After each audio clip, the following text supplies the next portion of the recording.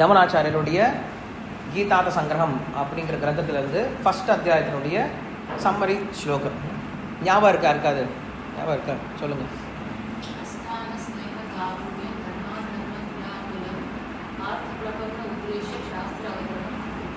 Very good. ஞாபகம் இல்லையா? நீவர் We'll repeat one more time. Asthana sneha karunya dharma dharmadiyakulam partam prapannam uddishya shastra avatarana kritam Asthana sneha karunya dharma dharmadiyakulam पार्थं प्रपन्नम् उद्दिश्य शास्त्र अवतरण कृतम् अस्तान स्नेह कारुण्य धर्मा धर्मदियाकुलम् पार्थं प्रपन्नम् उद्दिश्य शास्त्र अवतरण कृतम्. நெக்ஸ்ட் வீக் வரும்போது மனப்பாடம் பண்ணிட்டு வந்து ஆல்ரெடி டெக்ஸ்ட்டை அனுப்புகிறேன் நான், ஆனால் மனப்பாடம் பண்ணிட்டு வந்து நான் டெக்ஸ்ட்டை அனுப்புகிறேன். இதனுடைய மீனிங் சொல்லி கொடுத்தோம் லாஸ்ட் வீக்கு, அது ஞாபகம் இருக்கா? வேறு யாருக்காது?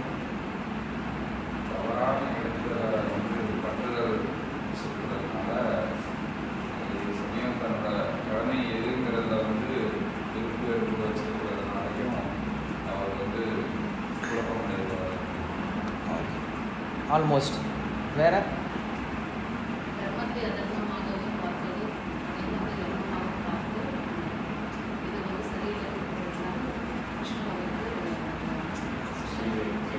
சரி, ஃபர்ஸ்ட் அத்தியாயத்தினுடைய விஷயம் என்ன அப்படின்னா, பகவத்கீதையை கிருஷ்ணர் அர்ஜுனனுக்கு பேசினார். எப்படிப்பட்ட அர்ஜுனனுக்கு பேசினார்? குழப்பத்தில் இருந்த அர்ஜுனனுக்கு பேசினார். அவனுடைய குழப்பம் என்னது? 3 விதமான குழப்பம், 3 விதமான கஷ்டம். அவனுக்கு என்ன கஷ்டம் இருந்தது? ஒன்று அறியாமை, 2வது பற்றுதல், 3வது குழப்பம், இல்லையா?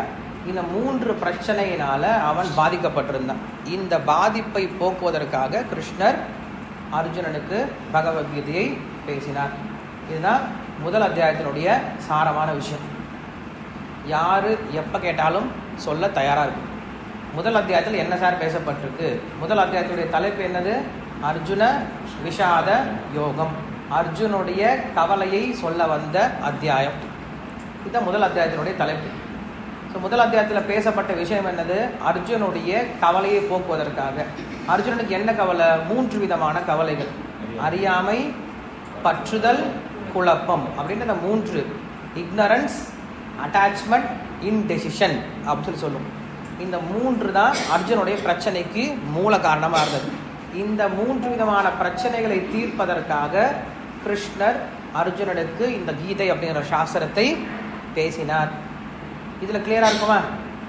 ரிப்பீட் பண்ணலாமா யாராவது? ஸ்லோகம் வேண்டாம், எனக்கு மீனிங் மட்டும். முதல் அத்தியாயத்தில் சொல்லப்பட்ட விஷயம் என்னது?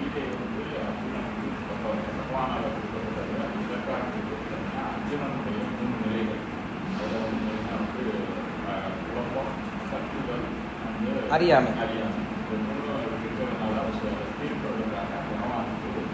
கிருஷ்ணர் அர்ஜுனன் பகவத்கீதையை பேசினார். இதுதான் சாரமான விஷயம். இது ஃபர்ஸ்ட் அத்தியாயம். செகண்ட் அத்தியாயத்துக்கான விஷயத்தை பற்றி தெரிஞ்சுக்கலாம். இங்கே வர முடியுமா? இங்கே பார்க்குறேன், நான் தெரியுமான்னு பார்க்குறேன்.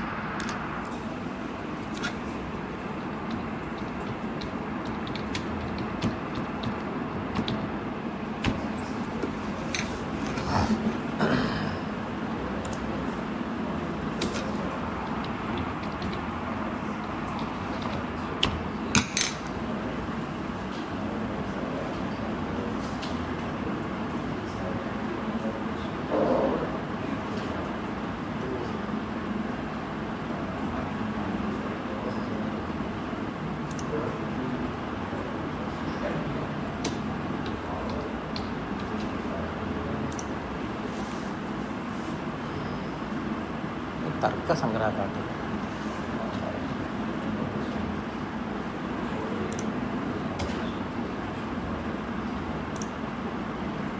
ஓகே.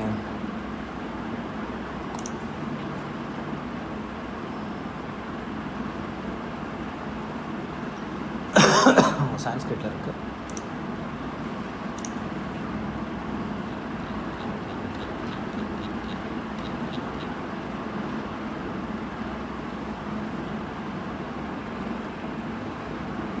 இதுவும் சான்ஸ்கிரிட்ல தான் இருக்கு.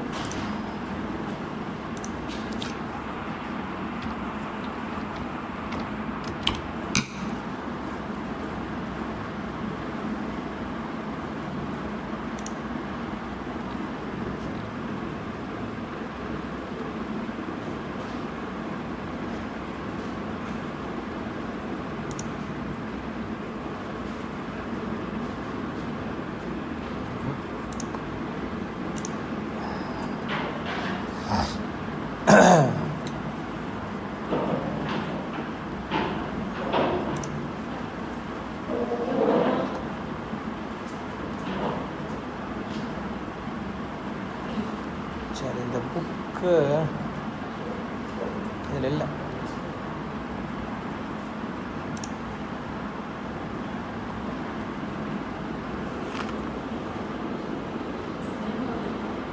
கீதார்த்த சங்கிரஹால வந்தார் இங்கிலீஷ்.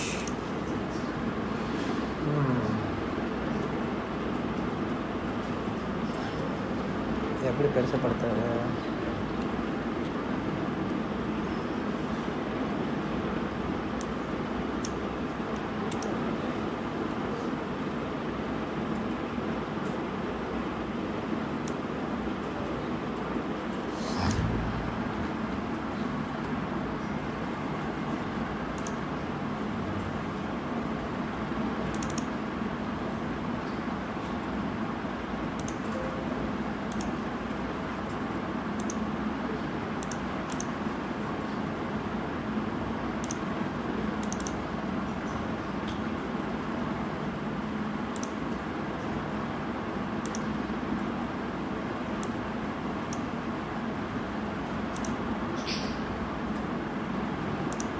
ஓகே, இது செகண்ட் சாப்டரோடைய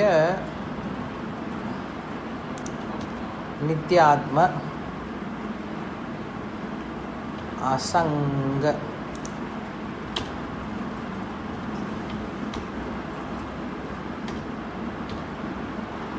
அசங்க கர்மேஹ கோச்சர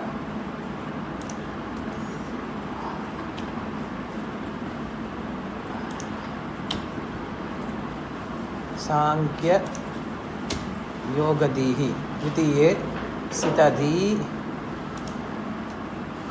लक्ष्य प्रोक्तः तन्मोह शांतये. ஓகே, இந்த ஸ்லோகத்தை இப்போ எல்லாரும் சாண்ட் பண்ணலாம். இது செகண்ட் சாப்டரோடைய சம்மரி ஸ்லோகம். நித்யாத்ம असंग कर्मेह गोचर नित्यात्मसंग कर्मेह गोचर नित्यात्मसंग कर्मेह गोचर नित्यात्मसंग कर्मेह गोचर. Repeat 5 times.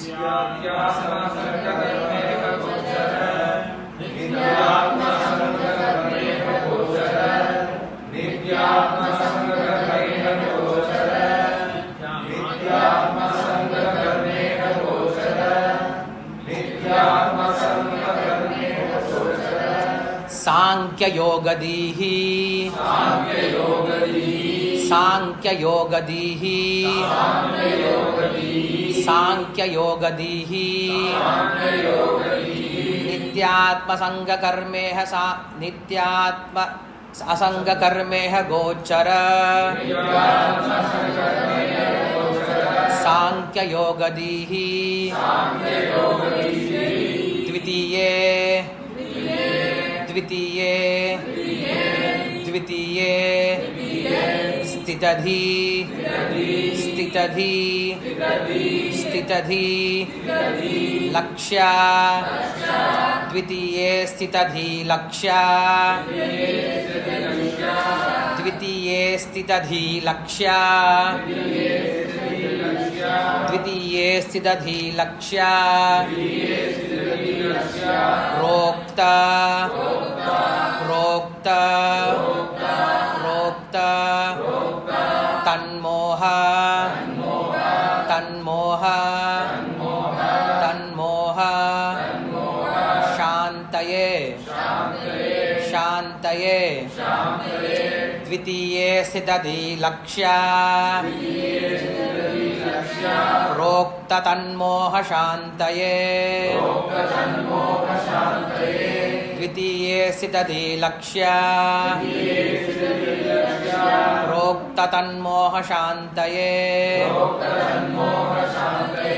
नित्यात्मसंगकर्मेह गोचरः सांख्ययोगदीः द्वितीये स्थितधि लक्ष्य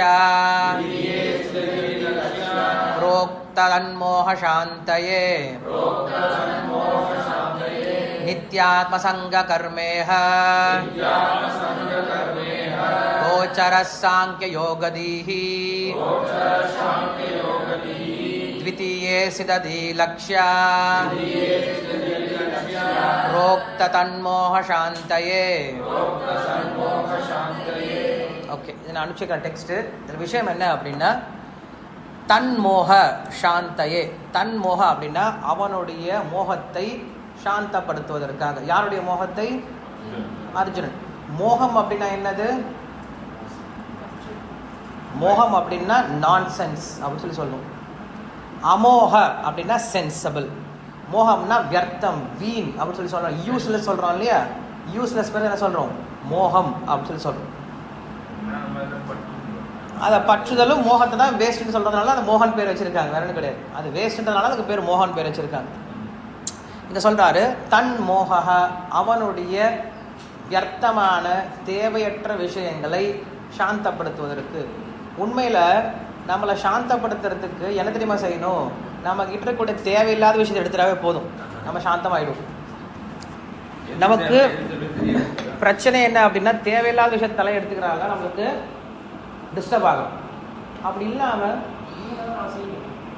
வீணான ஆசைன்னு சொல்லலாம், உபயோகமற்ற ஆசைன்னு சொல்லலாம். ஸோ இங்கே அவனுடைய தேவையற்ற வியர்த்தமான விஷயங்களை சாந்தப்படுத்துவதற்காக புரோக்தக கிருஷ்ணர் பேசினார். என்ன பேசினார்? த்விதீயே இரண்டாம் அத்தியாயத்தை பேசினார். இரண்டாம் அத்தியாயத்தில் என்னெல்லாம் பேசியிருக்கார் அப்படின்னா, நித்யாத்ம ஆத்மாவின் நித்தியத்துவம், இட்டர்னிட்டி ஆஃப் த சோல். ஆத்மா நித்தியமானது அப்படிங்கிற விஷயத்தை முதல்ல பேசினார். நித்யாத்ம. சரி, அந்த ஆத்மா நித்தியமானது நீங்க எப்படி புரியும், எப்படி நான் உணர முடியும்? அசங்க கர்மேவ கோச்சரஹ. அசங்க கர்ம அப்படின்னா என்னது? பற்றுதல் இல்லாமல் செய்யக்கூடிய கர்மத்தினால் மட்டுமே ஆத்மாவை நான் உணர முடியும். ஆத்மான்னு தெரிஞ்சுக்கலாம், பட் ஆத்மாவை உணர்வதற்கு நமக்கு என்ன தெரியுமா தேவை? என்ன தேவை? பற்றுதல் இல்லாத கடமை தேவை. என்ன காரணம்? ஏன்னா நம்மை இந்த உடலோடு இணைச்சிருக்கிறதே கர்மம் தான், வேற ஒன்றும் கிடையாது. இந்த ஆத்மா இந்த உடம்போடு எப்படி சேர்ந்திருக்கு? இந்த ஆத்மாவிற்கும் உடம்புக்கும் என்ன சம்பந்தம் இருக்கு அப்படின்னா, நான் தான் இந்த உடல், என்னுடைய தான் இது கடமை, நான் தான் செய்பவன், நான் தான் அனுபவிப்பேன் அப்படின்ற அந்த எண்ணம் இருக்கு இல்லையா? இதுதான் இந்த ஆத்மாவை இந்த உடம்போட பந்தப்படுத்தியிருக்கு. இந்த எண்ணம் எப்போ உடைஞ்சிருதோ அப்போ என்ன பண்ணுற? பந்தத்துலேருந்து விடுபட்டார். ஸோ ஆத்மாவை யாரும் என்ன பண்ண முடியாது? பலவந்தமாக உடம்புக்குள்ளார போட்டு கூட்டி வைக்க முடியாது. பட் ஆத்மா இந்த உடம்புக்குள்ளே இருக்கிறதுக்கான ஒரே ஒரு காரணம் என்னது?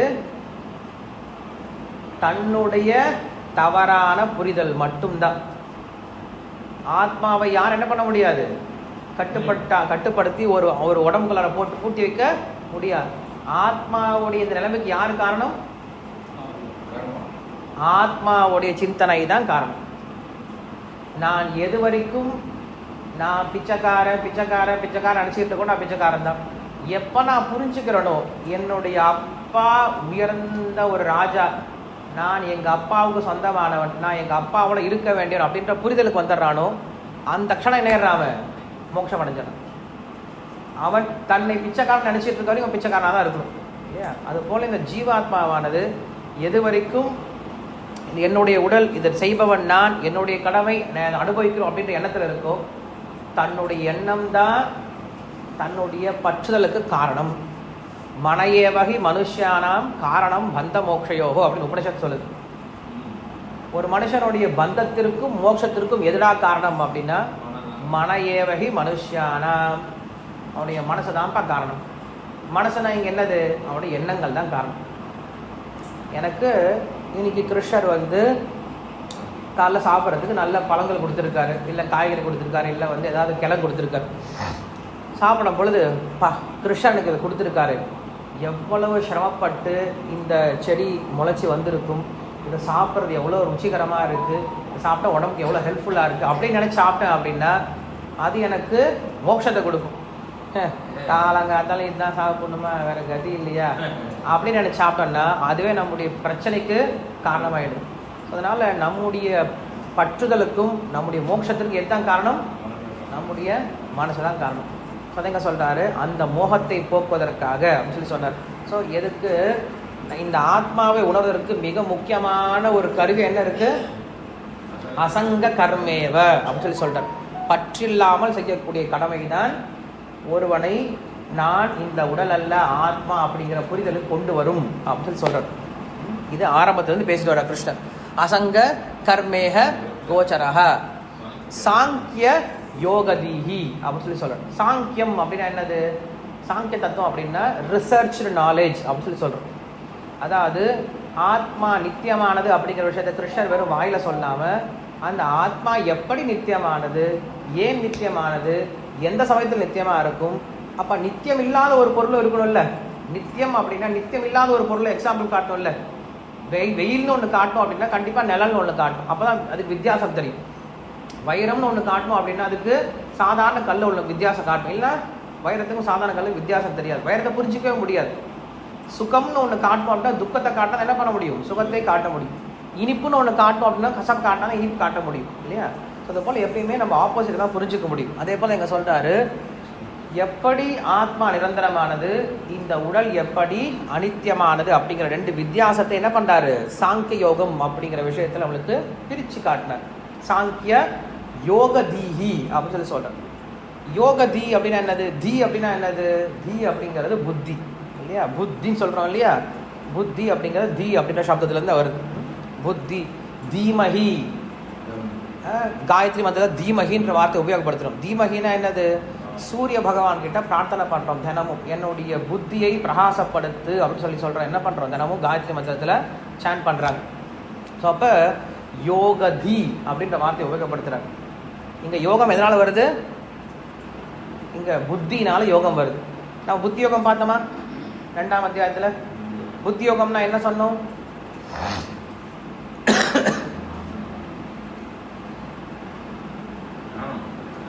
புத்தி யோகம்னா என்ன சொன்னோம்? மறுபடியும் சொன்னோம், 3 விஷயம் தான் சொன்னோம். புத்தி யோகம்னா 3 விஷயம் சொல்லி சொன்னோம். அகங்கார, மமக்கார, பலக்கார தியாகம் தான் புத்தி யோகம் சொல்லி சொன்னோம். என்னுடையது கிடையாது, நான் கிடையாது, எனக்கா கிடையாது, இதை புரிஞ்சுக்கிறது பேர் தான் புத்தி யோகம்.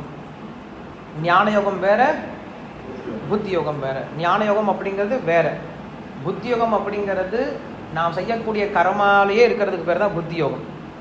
நாம் செய்கிறோம்ல ஒரு கர்மா, அந்த கர்மாவில் என்ன இருக்கு? புத்தி இருக்கு. இப்போ நான் கிருஷ்ணருக்கு தீபம் காட்டுறேன் அப்படின்னா தீபம் காட்டுறது என்னது? கர்மா.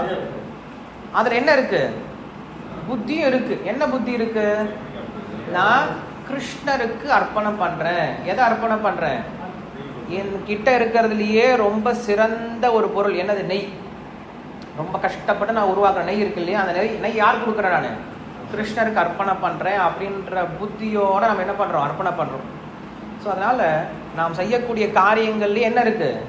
புத்தியும் இருக்கணும். புத்தி இல்லாமல் செஞ்சோம் அப்படின்னா அது வெறும் செயலாக முடிஞ்சு போயிடும். அதனால் ஒரு பிரயோஜனமும் வராது. கங்கையில் குளித்தோம் அப்படின்னு எப்படி குளிக்கிறோம்?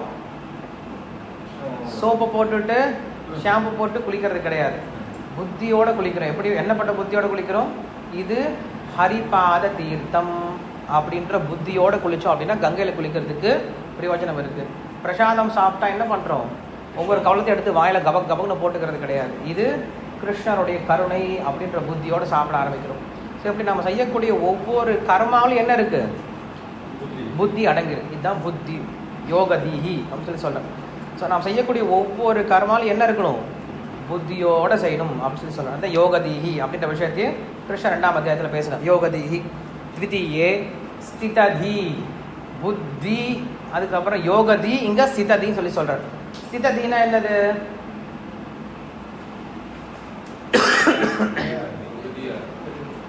ஸ்தித பிரக்யன் அப்படின்ற விஷயத்தை பார்த்தோம் செகண்ட் சாப்டர்ல இல்லையா? ஸ்தித பிரக்யன்னா யாரு? இப்போ ஆத்மாவை ஒருத்தர் உணர்ந்துட்டார். அவனுடைய ஆத்மா உணர்ந்துட்டான்னா என்ன அர்த்தம்? அவனுடைய புத்தி நிலை பெற்றுடுச்சு. நிலை பெற்ற பின்னாடி அவனுடைய குணம் எப்படி இருக்கும் அப்படின்னு தெரிஞ்சுக்கணும் இல்லையா? ஒருவன் ஆத்மாவை உணர்ந்துட்டான் அப்படின்னா அவனுடைய குணம் எப்படி இருக்கும், அவனுடைய அடையாளங்கள் எப்படி இருக்கும் தெரிஞ்சுக்கணும்ல. அதான் என்ன சொல்றாரு? ஸ்திததி அப்படின்னு சொல்லி சொல்றாரு. ஸ்திதப்பிரக்யன் என்னெல்லாம் பார்த்தோம்? 4 கொஸ்டின் பார்த்தோம் ஸ்திதப்பிரக்யனை பற்றி. 2ஆம் அத்தியாயத்தில் என்ன கொஸ்டின்லாம் பார்த்தோம்? ஃபஸ்ட்டு ஸ்திதப்பிரக்யன்னா என்ன அப்படின்னு பார்த்தோம். 2வது ஸ்திதப்பிரக்யன் எப்படி பேசுவான் அப்படின்றத பார்த்தோம். 3வது எப்படி அவன் உட்கார்றான் அப்படின்னு பார்த்தோம். 4வது அவன் எப்படி நடக்கிறான் அப்படின்னு பார்த்தோம். இது என்ன ஆச்சரியமா இருக்கு? இப்படியா கேள்வி கேட்பாங்க? எப்படி உட்காருவான், எப்படி நடப்பான், எப்படி பேசுவான்? எல்லாரும் மாதிரி தான் பேசுவான், எல்லாரும் மாதிரி தான் நடப்பான், எல்லாரும் மாதிரி தான் உட்காருவான் அப்படின்னா அங்கே அர்த்தமே வேற மாதிரி சொல்லி கொடுத்தாங்க. என்ன சொன்னாங்க? எப்படி உட்காரான்னு என்ன அர்த்தம்? ஃபர்ஸ்ட் எப்படி பேசுறான்னு என்ன அர்த்தம்?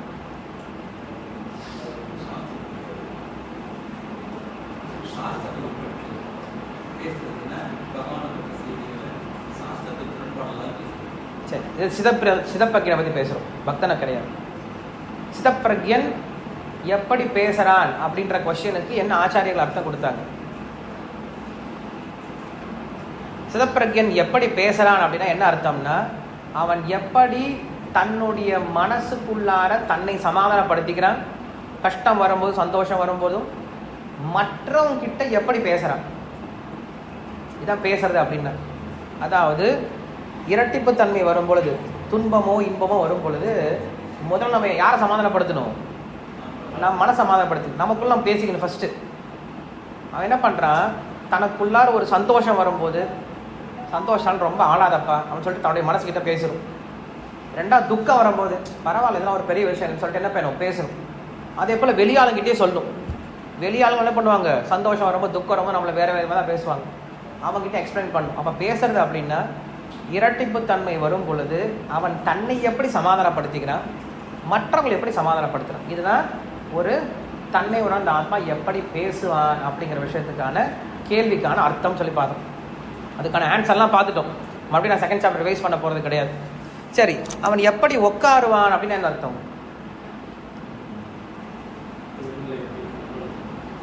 Very good. அவன் எப்படி புலன்களை தன்னுடைய கட்டுப்பாட்டில் வச்சுட்டு இருக்கான் அப்படிங்கிறதான் என்னது? எப்படி உட்கார்றான், புலன்களாத்தையும் அதோடைய இடத்துல உட்கார வச்சிருக்கான் அப்படின்னு அர்த்தம். அமர்த்துதல் அப்படின்னு அர்த்தம். இதுக்கு என்ன உதாரணம் பார்த்தோம்? ஆமையினுடைய உதாரணம்லாம் பார்த்தோம். அதுக்கு மேலே தான் ஒரு உதாரணம் பார்த்தோம். என்ன உதாரணம் பார்த்தோம் அப்படின்னா அதுக்கு அடுத்தது. சரி, உட்காரத்தை பார்த்தாச்சு. அடுத்தது என்ன கேள்வி வந்தது? எப்படி நடப்பான் அப்படின்னு. நடப்பான் என்ன அர்த்தம்?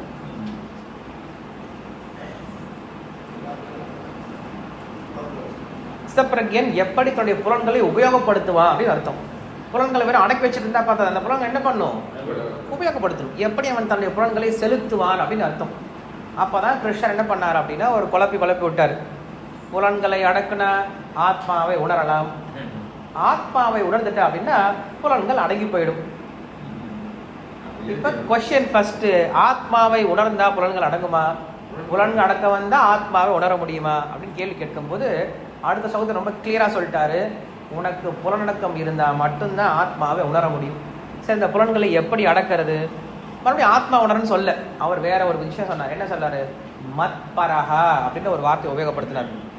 எத்தனாவது ஸ்லோகம் அது? 71வது ஸ்லோகம் நினைக்கிறேன் இல்லையா? 63வது ஸ்லோகம் தெரியல. ஸோ முதல்ல கிருஷ்ணர் பக்தி விஷயத்தை பேசின ஸ்லோகம் அதுதான் 2ஆம் அத்தியாயத்தில். மத்பரஹா, அந்த புலன்களை என் மேலே வச்சுடு, எனக்காக உபயோகப்படுத்து அப்படின்னு சொல்லி சொன்னார். ஸோ இதுதான் சிததி லக்ஷ்ய சிதப்பிரஜனுடைய லக்ஷணம் என்ன அப்படிங்கிற விஷயத்த பேசினார். புரோக்தா தன்மோக சாந்தை. புரியுதா? அப்ப செகண்ட் சாப்டர் 2ஆம் அத்தியாயத்துடைய தலைப்பு என்னது? சாங்கிய யோகம். சாங்கிய யோகம் 2ஆம் அத்தியாயம். 2ஆம் அத்தியாயத்தில் பேசப்பட்ட விஷயங்கள் என்னது? ஆத்மாவுடைய நித்தியத்துவம், அந்த ஆத்மாவை உணர்வதற்கு பற்றில்லாத கடமை மட்டுமே சாத்தியம். 3வது, ஆத்மாவிற்கும் உடலுக்கும் உள்ள வேறுபாடு என்ன. 4வது, புத்தியோகம் அப்படிங்கிற விஷயம். 5வது, ஆத்மாவை உணர்ந்த அந்த நபருடைய குணம் எப்படிப்பட்டதாக இருக்கும், சிதப்பிரஜனுடைய குணம் எப்படிப்பட்டதாக இருக்கும் அப்படின்ற இந்த 5 விஷயங்கள் 2ஆம் அத்தியாயத்தில் பேசப்பட்டிருக்கு. நித்யாத்மசங்க கர்மேஹ கோச்சரசாங்கிய யோகதீஹி